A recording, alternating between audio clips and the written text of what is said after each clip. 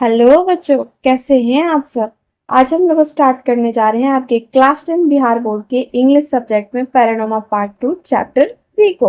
और आपका चैप्टर 3 है गिल्लू। तो आइए स्टार्ट करते हैं आज आपके चैप्टर 3 गिल्लू के फर्स्ट लेक्चर।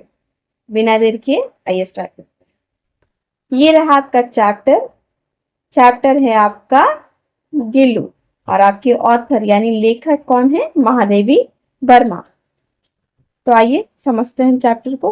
फर्स्ट पैराग्राफ ही जो ये आपका है, ये टोटल ऑथर के बारे में इंट्रोडक्शन दिया गया है, बताया गया है कि महादेवी वर्मा जो है क्या थे, कैसे हैं।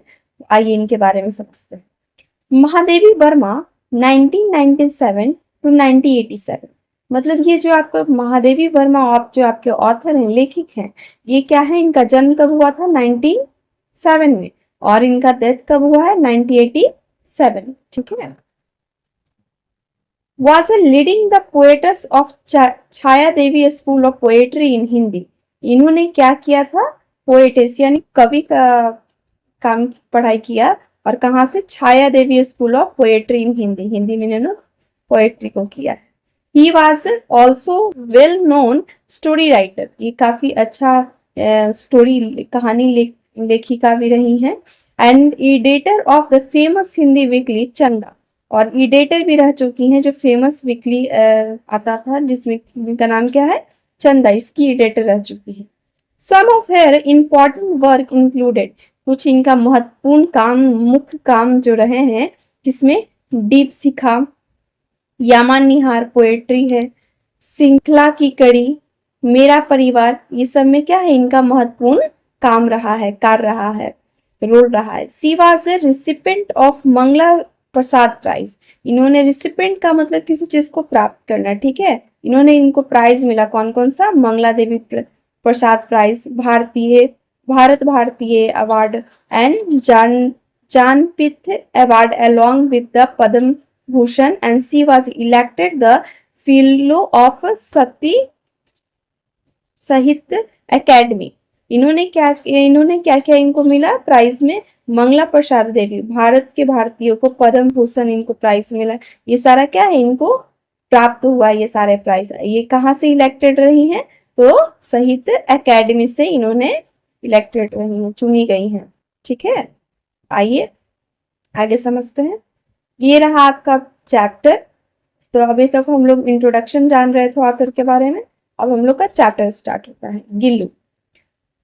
Unexpectedly, one morning when I entered the veranda from the room, मतलब unexpectedly मतलब अचानक, one morning एक सुबह, when I entered the veranda, जब हॉल का जो वरंडा होता है उसमें आती हैं वो रूम से। कहां से आ रही है? फ्रॉम द रूम से, कमरे से। I saw the two crows, मैं क्या देखती हूँ? दो कौवे को। Playful poking the bits of flower pots. Playful मतलब खेल रहे हैं, वो अपने खेलने में बिजी हैं। पॉकिंग का मतलब होता है किसी चीज से लड़ना या किसी चीज को खरोदना, ठीक है। They beaks the flower pot, beaks का मतलब चोंच, जो क्रो या किसी बर्ड का होता है। और फ्लावर पोट्स यानी गमले, जो गमले हैं उसको क्या कर रहे थे? दो क्रो उसके साथ खरोद रहे थे और खेल रहे थे, अपने चोंच से उसको खरोद रहे थे गमले को और खेल रहे थे। As if engaged in the game of hide and seek, जैसा लग रहा था क्या कि वो किसमें भी, इंगेज्ड का मतलब होता है बिजी, व्यस्त। इन द गेम ऑफ, खेल में, of hide and seek, hide and seek यानी लुका छिपी खेल में वो बिजी है, ऐसा लग रहा था उनको।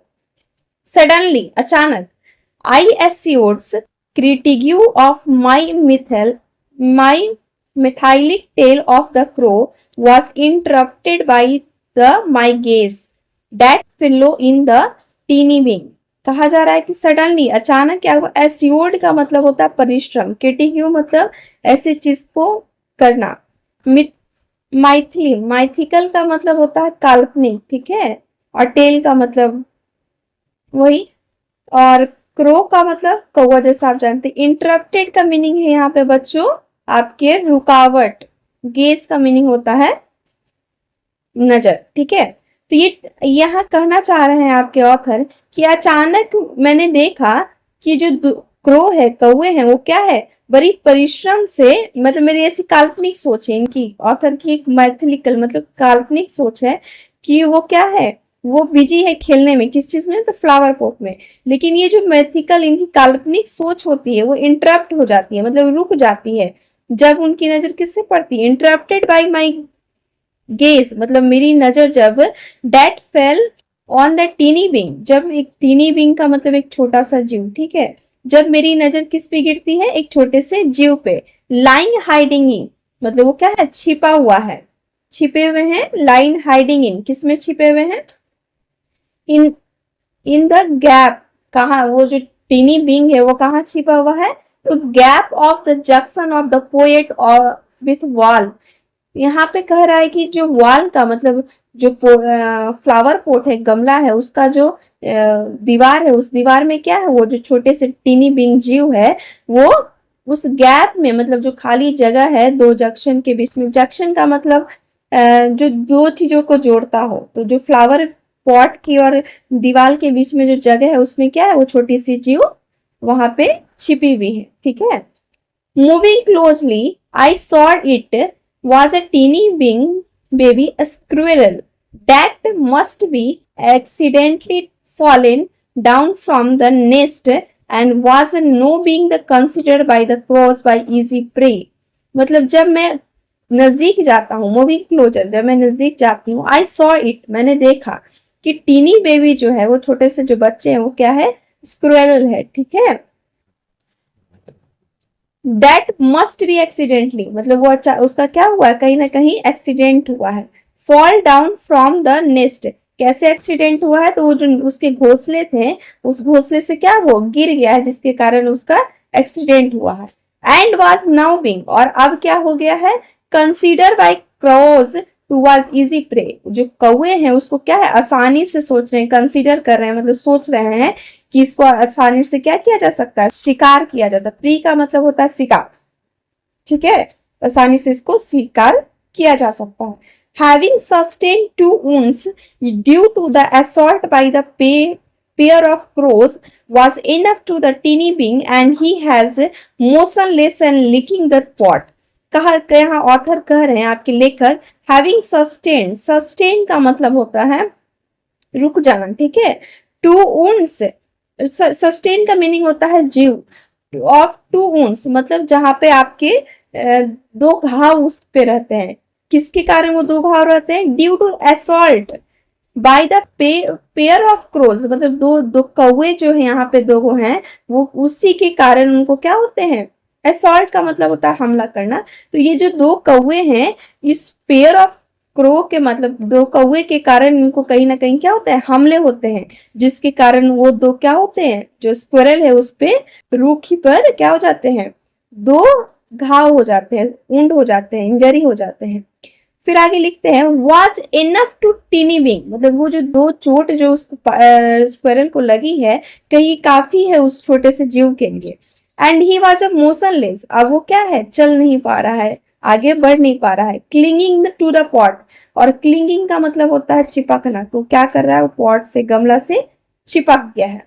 आगे आपके ऑथर कह रहे हैं एवरीवन रिमार्क्ड, मतलब everyone remarked that he that as he not survive having been assaulted by crows, मतलब everyone remark का मतलब किसी चीज का चिन्ह मानना, ऐसा कि सब लोग क्या कर रहे हैं कि अब ये क्या है, ये सरवाइव नहीं कर पाएगा, मतलब अब ये जीवित नहीं रह पाएगा। क्यों, क्योंकि किसके द्वारा हमला किए गए हैं, क्रो के कारण, मतलब कौवे के द्वारा हमला किया गया है।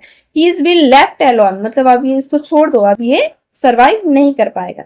But my mind refuse to be acid to be views, मतलब मेरा जो यहाँ पे माई माइंड, यानी ऑथर अपने आप को महादेवी वर्मा लेखक यहाँ पे कह रहे हैं कि मेरा जो मानना था मैंने इनकार कर दिया। रिफ्यूज का मतलब इनकार कर देना, एसीड टू द व्यूज मतलब मेरा विचार था कि जो मैंने देखा है उस चीज को मैं इनकार करती हूँ कि ऐसा नहीं है कि ये बचेगा नहीं, क्योंकि सब लोग कह रहे हैं एवरीवन की ऐसी कहना था कि वो क्रो के द्वारा उसको हमला हो गया, वो बचेगा नहीं। Therefore, इसीलिए I gently lift up him, मतलब मैंने उस इसीलिए प्यार से, जेंटली का मतलब प्यार से उसको उठाया, लिफ्ट का मतलब उठाना। And brought him to my room, मैंने कहा ले आया उसको, अपने रूम में। And after wiping the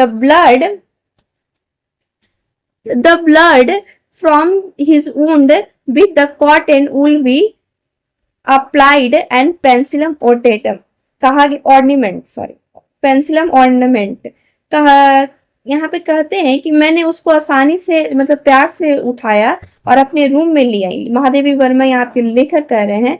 end after, उसके बाद, विपिंग द ब्लड, मतलब उसके जो विपिंग का मतलब जो बह रहा था उसका ब्लड खून, उसको क्या करती हूँ, उस घाव को कॉटन के विथ द कॉटन, यानी कॉटन ऊल से जो रुई होते हैं उसके द्वारा मैंने उसको पेंसिलम ओर्टेटम, मतलब यहाँ पे जो मलहम है उसको पेंसिलम को उसके घाव पे कॉटन के द्वारा लगाती है महादेवी वर्मा। ठीक है, तो आज यहीं तक। अगर वीडियो पसंद आए तो लाइक और सब्सक्राइब जरूर करें और आगे के लिए समझने के लिए बने रहें हमारे साथ। Thank you.